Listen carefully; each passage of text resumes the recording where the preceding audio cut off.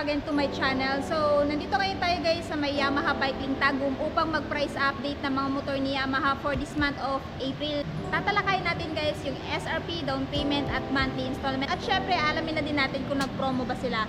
So, without further ado, let's start this video. So, meron silang available dito guys na Master of Torque 15. So, isang unit yung available dito. So, kung interested kayo dito guys, meron tong updated price ngayong buwan na 178,000 is bibili niyo po ng spot cash. Pero kung gusto niyo ng hulugan, down payment is 17,000 at yung monthly sa 3 years ay 8,135. Tapos meron din po siyang rebates na 200. Naka-inverted telescopic suspension siya sa front. Though hindi pa siya naka-ABS, naka-dual pack piston brake caliper naman po siya. So kung naghahanap po kayo ng masculine na entry-level sports naked bike ni Yamaha, ayan, punta lang po kayo dito sa Yamaha Bike Tagum. Pero kung naghahanap po kayo ng higher displacement, meron din po silang available na Master of Torque 3 or MTO3. Ayan, color black yung available color dito guys. Ganun pa rin naman, siya pa rin po ay old model, hindi pa rin naman po siya in-upgrade ngayong 2024. Pero kung interested po kayo dito guys, meron po siyang updated price ngayong buwan na 285,000 is spot cash. Pero kung gusto niyo po ng hulugan, yung down payment naman po niya is 30,000. At yung monthly sa 3 years ay 12,642. At syempre, hindi mawawala yung rebates na 200. Ayan. Next. So, dito naman tayo guys sa pang off-road na motor ni Yamaha. Meron silang available dito guys na Yamaha XTZ 125 Racing Blue yung kulay. So, kung interested kayo dito sa entry level na pang off-road na motor ni Yamaha na si XTZ 125 guys, ito ngayon ay merong updated price na 87,000 pesos is spot cash. Pero kung gusto niyo po ng hulugan, meron siyang down payment na 8,000 at yung monthly naman po niya sa 3 years ay 4,024 at syempre hindi mawawala yung rebate dito na 200. Next, kung gusto niyo po ng higher displacement, meron din pong available dito guys na Yamaha WR155R. So, ito yung pang malakasang entry level na pang off-road na motor ni Yamaha guys. So, kung naghahanap kayo ng ganitong klaseng motor, merong available si BikeLink dito. Ito po ngayon guys ay merong updated price na 180,000 if spot cash nyo pong bibilhin. Pero kung gusto nyo ng hulugan, down payment is 18,000 at yung monthly naman sa 3 years ay 8,183 at rebates na 200. Ayan. Next, kung naghahanap naman po kayo ng Yamaha R3, meron din po silang isang unit na available dito guys. Na-review ko na din po ito. So kung naghahanap po kayo ng update review or naghahanap po kayo ng full review ko nito, i-check nyo na lang po sa aking YouTube channel. So, kung interested po kayo dito guys, ito ngayon ay merong updated price na 290,000 is spot cash. Pero kung gusto nyo po ng hulugan, down payment is 50,000 at yung monthly sa 3 years na 11,925 at rebates na 200. Ayan. So, pili na lang kayo guys kung anong gusto nyong monthly dito. Anyway, meron naman kayo mapagpipilian na bracket. Like, ayan, 12 months up to 36 months. Ayan. So anyway guys, dalawa pala yung Yamaha MT-50 nila na available dito. Yung isa nandun sa unahan at yung isa is nandito. Ang Yamaha Sniper 155R version. Meron pa rin po silang available dito guys. So yung kulay niya guys is glossy black na merong decals na gray.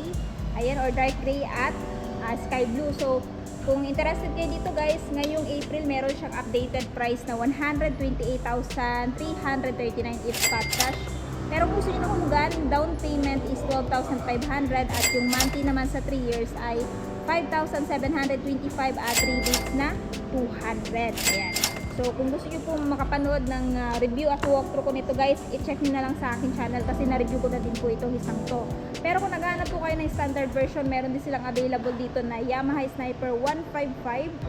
Ayan guys, yung pinagkaiba ni standard version sa our version guys, this one is meron siyang built-in charging port. Ayan, at saka nakakiles na din. Well, itong standard version guys, gamit pa rin niya is mechanical key, no? So, disusi pa rin siya. Unlike doon sa our version. Tapos, itong our version kasi is naka-dual pack piston brake caliper, while itong standard version is naka-single pack piston brake caliper, no? So, this one guys is merong updated price na 122,536 if spot cash. Pero kung gusto nyo ng hulugan, down payment is 10,000 at monthly sa 3 years na 5,574 at rebates na 200. Yan guys. So, detailed review i-check nyo na lang din sa aking channel. Next, kung naghahanap po kayo ng entry level na Yamaha XSR, meron silang silver na available dito guys. Ayan. So, ito yung tipo ng motor guys na dadaan yung maraming panahon pero hindi luluma kasi modern classic yung design niya. So, this one guys ay merong updated price ngayong buwan na 182,000 pesos if spot cash. Pero kung gusto nyo ng hulugan, down payment is 17,000 at yung monthly sa 3 years ay 8,326 at rebates na 200. So, ito yung itsura niya guys. Ayan. So, kung naghahanap naman po kayo ng motor na pang long ride, ayan, meron silang available dito guys na Yamaha NMAX. So, ito guys, na-review ko na to last year. So, kung gusto nyo po ng detail review ko nito, i-check nyo na lang din sa aking channel. So, this one is naka-ABS. Tapos, ang kinaganda dito guys, meron siyang malaking under-seat storage. Meron na din siyang built-in charging port. At saka nakakiles na din. So, nandito yung kanyang charging port guys. Ayan, nandyan sa kanyang front pocket sa left side. Tapos ito, pocket din to. Fuel tank niya nandito. At kung hindi pa rin kayo satisfied sa kanyang under-seat storage, pwede kayo magpakabit ng top box. Ayan guys, yung nagustuhan ko dito sa bagong NMAX is ito yung kanyang color guys, na may pagka metallic blue. Ayan o. So mahihilig sa ganitong kulay, ayan, i-grab nyo na to guys. This one is merong updated price ngayong buwan na 151,900 if kukunin nyo po ng spot cash. Pero kung gusto nyo ng hulugan, yung down payment naman niya is 15,000 at yung monthly sa 3 years ay 6,983 at syempre may rebates na 200. Tapos guys, kung ayaw nyo naman ng 3 years yung monthly, pwede kayong mamili dito ng 12 months up to 36 months. So dito muna tayo guys kay Yamaha Mio Gear. This one is yung standard version, wala siya nung stop and start system. So, itong color gray guys ay merong updated price na 79,400 is spot cash. Down payment is 6,000 at yung monthly sa 3 years ay 3,768 at rebates na 200. So, same sila ng presyo nitong army green guys. No, pili na lang kayo alin sa dalawang kulay yung gusto ninyo. So, napakaganda nito guys sa mga beginner, estudyante, na ayaw na mag-commute, gusto na mag-motor. Highly recommend this one. Or gusto nyo talaga magka-motor para mas convenient pagpasok sa trabaho or gamitin nyo sa inyong panghanap buhay. Ayan. Kung ayaw nyo naman po ng Yamaha Mio Gear, syempre meron dito silang Yamaha MIUI 125. Ito yung S version, yung may stop and start system. Sa mga nagtatanong what is stop and start system, so pag naka-activate kasi yung button ng stop and start system, 3 to 5 seconds na hindi tumatakbo tong motor na to, pero umaandar yung makina, automatic mag-shut off siya. In that way, ayan, mas makakatipid kayo sa gasolina. And then, para ma-turn on naman yon, kailangan nyo po siyang i-blip. No need na kayong maggamit ng push start. Ayan. So, ito ngayon guys, ay merong updated price na 82,900 is spot cash. Pero kung gusto nyo ng hulugan, down payment is 8,000 at yung monthly sa 3 years na 3,837. At syempre, meron din po siyang rebates na 200. Again guys, napaka-fuel efficient din ito. Ma-average to ng up to 45 to 48 kilometer per liter since meron siyang stop and start system. Tapos maganda din to pang araw-araw, pang negosyo, papasok sa school. Ayan, tsaka pang beginner. Recommend din to guys sa mga lady rider na gusto magkaroon ng scooter. Next, kung naghahanap po kayo ng classic yet modern design na scooter, meron silang available dito na Yamaha Patio 125 Saiyan. Ayan. So, yung nagustuhan ko dito sa scooter na to guys, meron siyang malawak na footboard na kung saan mamamalengke kayo. Ayan, meron na kayong paglalagyan ng karton or plastic, paper bag. Ayan, tapos meron siyang dalawang utility hook dito. And meron din siyang front pocket, no? Yung isa guys is meron din charging port. So, sa long ride, hindi ka na mangangamba na malobat yung phone niyo kasi napaka-convenient nitong scooter na to. Plus, equipped din po siya ng stop and start system. Same lang sila ng function nitong Yamaha MIUI. Ayan, mas nakakatipid kasi ito ng gasolina pag once equipped na ng ganung feature. Next, kung naghahanap po kayo guys ng Yamaha X-Max, meron sila dito yung older version. So, yung kinaganda nitong Yamaha X-Max guys, napaka-comfortable siya gamitin sa long ride. No, comfy siya kasi nga meron siyang napagandang seat cushion, generous seat cushion. Tapos, Meron din kayong option for cruising style, hindi lang kayo naka-upright seated position. Highly recommend to kung magpipilipin loop kayo, endurance, kasi nga napakaganda po ng binibigay nito, no, na comfort. Tapos ABS na din siya, guys. Ayan.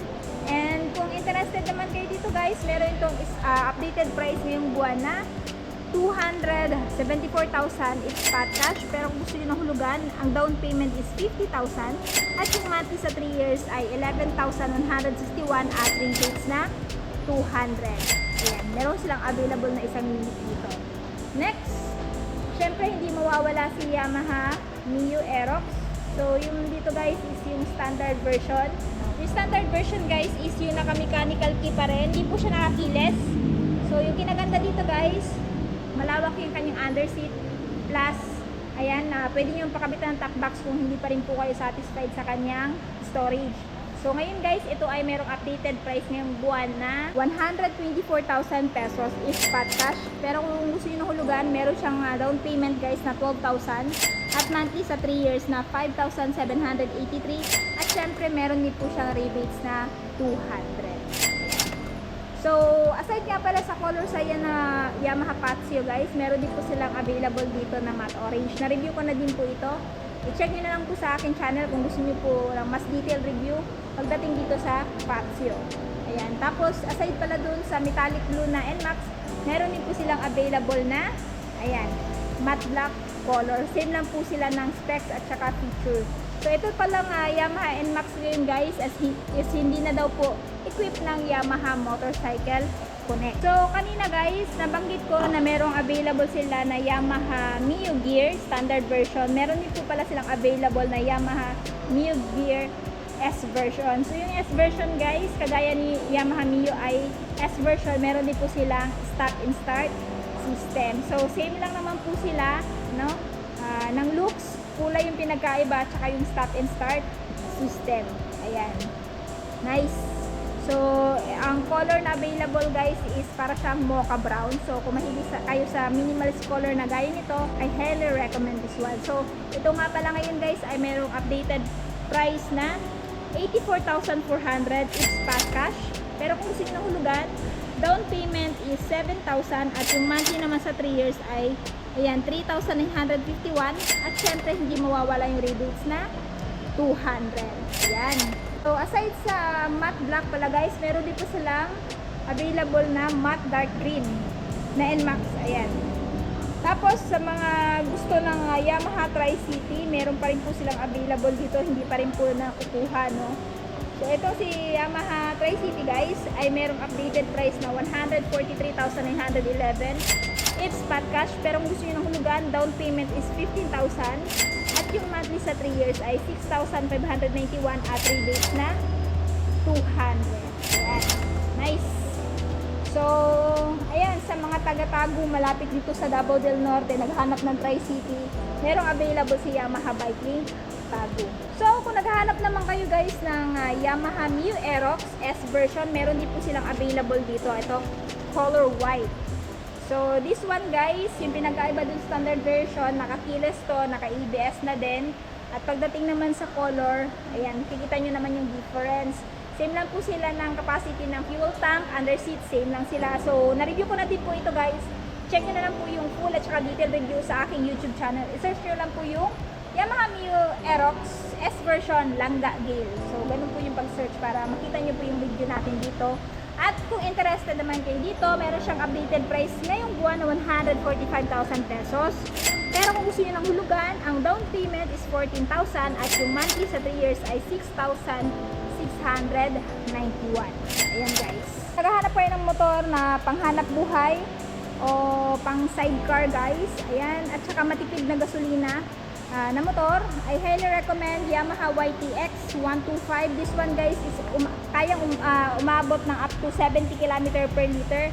So, meron siyang updated price, guys, na 53,373 each spot cash. Pero kung gusto nyo ng hulugan, wala siyang down payment. Ayan. Tapos, yung kanyang monthly sa 3 years ay 2,819. At syempre, hindi mawawala yung rebates na 200. So, yung kinaganda dito kay YTX, guys, no down payment siya, kaya ano pang hinihintay nyo, umavail na kayo dito sa motor na to. Ayan. Ayan. So, ito yung last na motor guys na available dito kay Yamaha Bike Tagum. So, ayun na guys, tapos na nga natin ikutan yung mga motor ni Yamaha. Ano yung masasabi nyo sa presyo ng bawat motor? Sulit pa ba sila this year 2024? At alin sa mga motor nila yung napakita ko sa video ito, yung natitipuhan yung bilhin? I-comment nyo nga sa baba. At syempre, kung bago pa lang kayo sa channel ko at hindi pa nakapag-subscribe, huwag kalimutan mag-subscribe para ma-notify kayo once may bago tayong upload na gaya nito. So yun guys, hanggang dito na muna tayo. Ride safe and peace out!